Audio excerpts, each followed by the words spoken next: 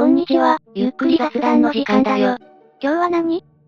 このところの5スター物語の動きについてまとめようかと思ってな。そういえば連載以外にも色々展開されてるわよね。連載のエピソード展開のタイミングも少し関係していると思っているぜ。へえ、いつも通りニュータイプの連載についてのネタバレはなし。それでもいいよって人は、ゆっくりしていってね。5スター物語って1986年に連載が始まったのよね。そうだぜ。2023年で37年目だ。救済期間が長かったからみっちり連載していたとは言えないけど、それでも37年も人気があって、最近になってますます動きがあるのってすごくない？すごい、それは間違いない。だから展開をまとめてみたかったんだぜ。それじゃ、最初は何からする？期間限定ということでくじ引き堂のオンラインくじから紹介しよう。何せ12月12日までの販売だからな。これってどういうサービスなの？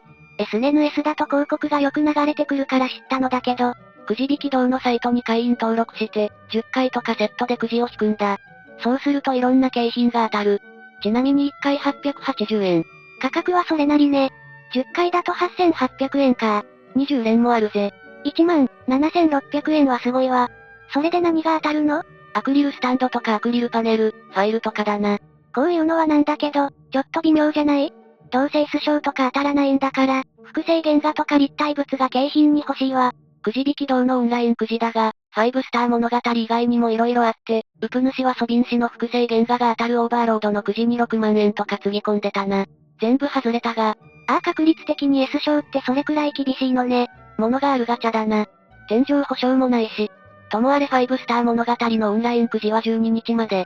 グッズが欲しい人は急いで挑戦するといいだろうぜ。マリサはどうするの？私は性格的に熱くなりやすいし、年を越せなくなるから今回はパスだぜ。そして次の展開は動画ネタにもしていた告知の答え合わせ。2月10日から3月24日にかけて、長野守デザイン展が所沢桜タウン内の角川武蔵野ミュージアム未開の EJ アニメミュージアムで開催される。おお、リアルイベントだったのね。それでどんなものが展示されるの？公式サイトの記述を丸ごと引用しよう。デザインズ長野守デザイン展では、商業作デビュー前の作品や重戦機エルガイム機動戦士ゼータガンダムブレンパワードシェルブリッド5スター物語花の歌メゴティックメイドなどこれまでの制作物の中から原画やイラスト、設定画、ラフスケッチなど約340点を厳選して展示します。本展覧会では、オリジナルグッズの販売も予定しています。この機会にぜひ長野デザインを体感してください。ニュータイプ1月号によれば、さらにガレージキットも展示されるようだぜ。本当に長野先生の仕事が集められる展示になりそうだ。楽しみすぎる。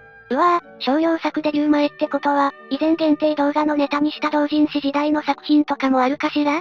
一番最初のログナーとか、見たいよな。他にもバイファムのパペットファイターとか巨神ゴーグ関係とか、知る人ぞ知るデザインが展示されるんじゃないかと期待しているぜ。シェルブリッドって確か、ウテナが終わった頃に生原監督と組んで立ち上げた企画よね。メカとか設定とかが新鮮で、アニメ化されるかと思ってたけど、そのまま終わってしまった記憶があるわ。そういうマイナーな作品も含めて展示してくれるんだろう。ただ340点というのは、長野先生の仕事量的には厳選に厳選を重ねた数だと言える。だって5スター物語関係でも数千点はデザインがあるぜ。デザイン図1冊だけでも数百点はある。確かにそうね。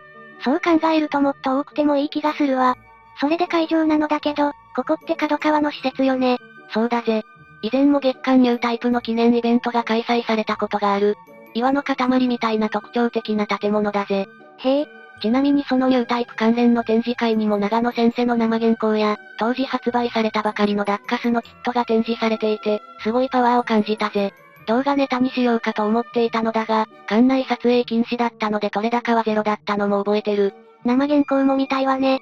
どうだった？長野先生はデジタルじゃなくてアナログだから、本当に紙に書いている。だからすごいパワーがあるぜ。破裂の人形が登場したシーンの生原稿なんて、紙のサイズも大きいし見入ってしまうほどのクオリティだった。六本木ヒルズで開催された北斗の拳の展示会でも生原稿をたくさん見たけど、やっぱり人気作品の生原稿って、言語化不能な謎のパワーが感じられるぜ。きっと絵画とかの芸術作品も本物はそういう波長を放っているのだろう。リトグラフとか複製原画とは全然違う、本当に。でも今は最初からデジタル作画のクリエイターって多いわよ。生原稿がこの世に存在しない作品はたくさんあるわ。強いて言えば、クリエイター本人が使っているディスプレイに表示させればオリジナルと言えるかな。いや、印刷された時のことを考慮して色設計しているケースもあるか？なんだかどれが本物か言い難い感じだわ。その点、アナログ作画で生原稿が存在するっていうのは、ファンからするとすごくありがたいことだよな。アナログ作画は贅沢品なのかもしれないわね。デジタルに移行していないこと自体に価値が生まれることがあるかもしれないぜ。それで入場料とかはどうなっているの？まだ不明だ。多分1000円とか1500円とかそれくらいじゃないかな。角川武蔵野ミュージアムの展示は大体それくらいだった気がする。ただの予想だが。再来月には開催ってことで、あんまり待たなくていいのもいいわね。行ってみる価値は十分にあると思うぜ。あとは、デザインズ7ね。デザインズの新作は3月8日。ニュータイプ4月号と同じ日付だ。ちなみにサブタイトルは灰の勲章。アッシュデコレーション。来た、アドラー進行関係ね。間違いない。封じられたロストテクノロジーが復活し、破滅主義者が星団を混乱させるんだ。アドラー進行の主役はミラージュってこともあってか、デザインズ7ではミラージュ関係の最新設定が掲載されるそうだぜ。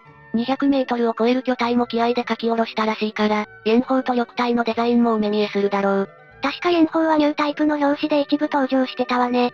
毒々しい赤紫のカラーリング。あれだけ作り込まれた役とミラージュを作り直してしまうのだから本当にびっくりだよな。